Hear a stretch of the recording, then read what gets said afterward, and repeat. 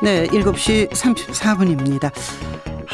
반가운 손님들은 한국 방문 취소했습니다. 4만 5천 몇백 명인가요? 그런 가운데 WHO에서는 메르스 사태를 알아보기 위해서 진단하기 위해서 우리나라를 방문했습니다. 경제가 참 어렵습니다. 엎친 데 덮친 격. 메르스를 요즘 이렇게 말하고 있습니다. KDI의 정규철 박사, 한국 수출 부진이 90년대 일본과 유사하다. 이러한 리포트를 하고 계십니다. 만나겠습니다. 안녕하십니까? 안녕하십니까? 네. 국내외 기관들이 수출 부진을 우리나라 경제 성장률 하향 조정하는데 바로 이유가 그거다 이렇게 말하고 있는데 지금 어느 정도 상황입니까? 네, 말씀하신 대로 현재 우리 수출이 부진한 상황에 있습니다. 네. 수출이 올해 1월부터 5월까지 5개월 연속으로 작년에 비해 감소했고 네. 그 감소폭도 점점 커지고 있습니다. 네. 수출이 1월에 1%, 2월에 3% 감소했는데 5월에는 11%까지 감소폭이 커졌습니다. 네.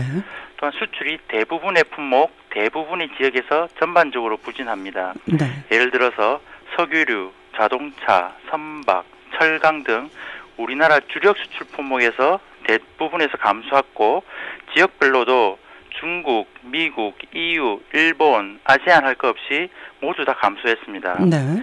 엔화와 유로화 가치가 많이 떨어지면서 특히 대일본 수출과 대EU 수출이 상당히 부진합니다.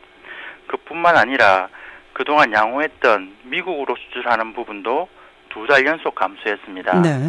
작년에 미국 경기가 회복하고 있었는데 올해 들어서는 조금 주춤하고 있기 때문인 것으로 보입니다. 네. 다시 말해서 우리나라 수출이 전반적으로 부진하고 부진이 점점 심해지고 있다고 보시면 됩니다. 네.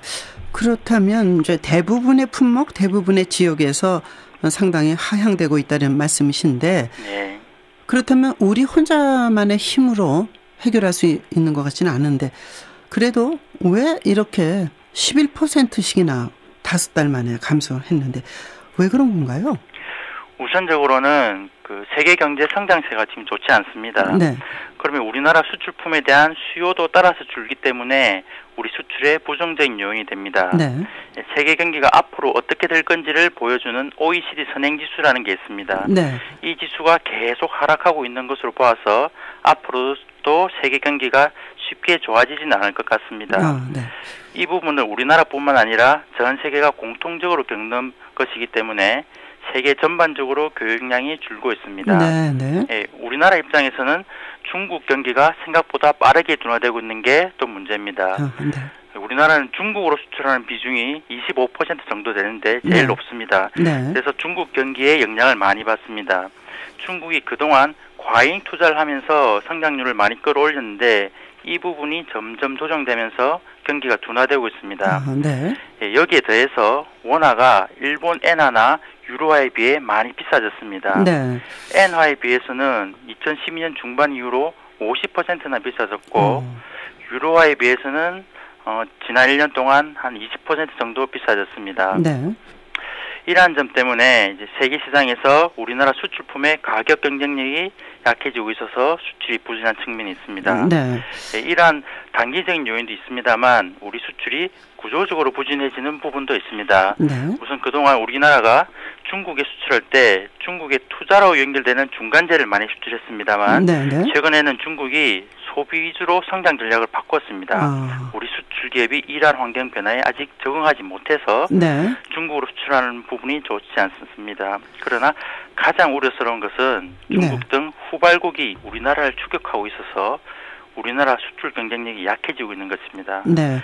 이 부분도 우리나라가 단기간에 해결하기 어려운 부분입니다. 네, 상당히 이제 참 우울한 소식인데 네. 중국이 우리나라를 추격하고 있다는 것은 뭐 전자제품 우리나라에서 뭐 팔리고 있는 것만 봐도 알 것 같고요. 네. 여러 가지 짝퉁이라고 비웃었던 것들이 그렇지 않은 모습으로 저가 공세를 우리에게 하고 있지 않습니까? 네. 지금 어느 정도로 중국이 우리나라를 추격하고 있는지 또 어느 정도 상태로 좋지가 않은지 좀 말씀해 주십시오. 예, 90년대 일본이 이제 장기 침체에 빠졌는데 특히 수출 부분이 많이 부진했습니다. 네. 이 시기에는 우리나라가 일본을 추격했습니다.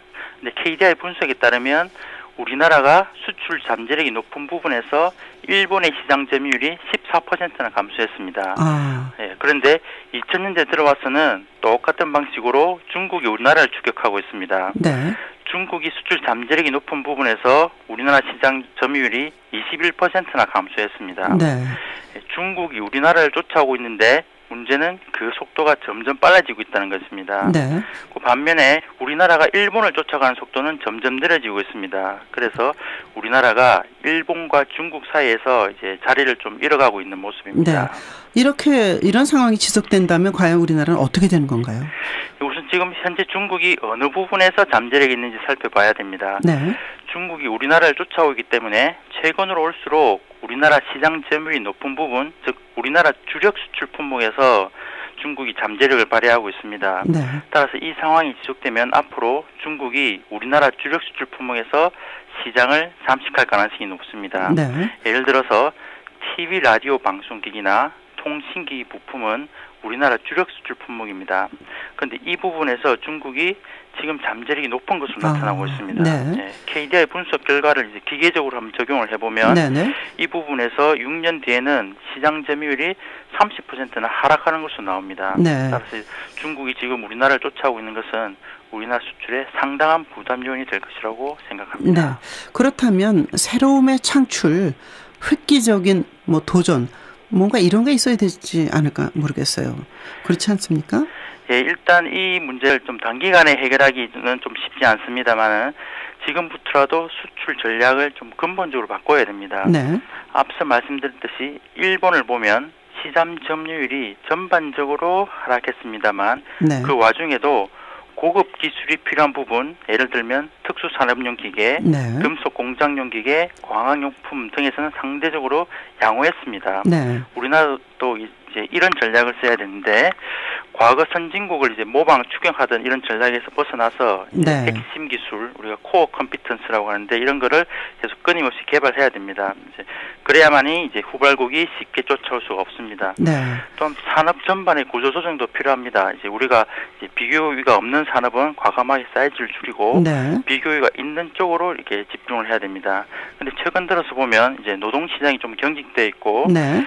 그래서 기업은 생산성이 하락해도 인력을 조정하지 못합니다. 네. 또 부실 기업들이 이제 금융 지원을 받아가면서 이제 구조 조정을 좀 회피하고 있습니다. 네. 이 결과가 뭐냐면 정작 생산성이 높은 기업들이 성장하지 못하고 있습니다. 네, 이렇게 네. 이제 비효율이 쌓이면서 우리 기업 전반의 경쟁력이 하락하고 있습니다. 따라서 네. 구조 조정을 적극적으로 추진해서 우리 경제가 이제 가지고 있는 이 생산적인 자원을 효율적으로 투입해야지 이제 우리나라가 네. 국제 경쟁에서 이제 살아남을 수 있을 것으로 생각합니다. 네. 창의적 인재, 새로운 대단한 기술, 연구 이런 것들이 떠오르는데 모두가 나는 좀 손해봐도 된다. 나 좀 손해보겠다. 이런 자세가 필요할 것 같은 생각입니다. 오늘 네. 말씀 고맙습니다. 네. 네, 감사합니다. 네. KDI의 정규철 연구위원이었습니다. 7시 42분입니다.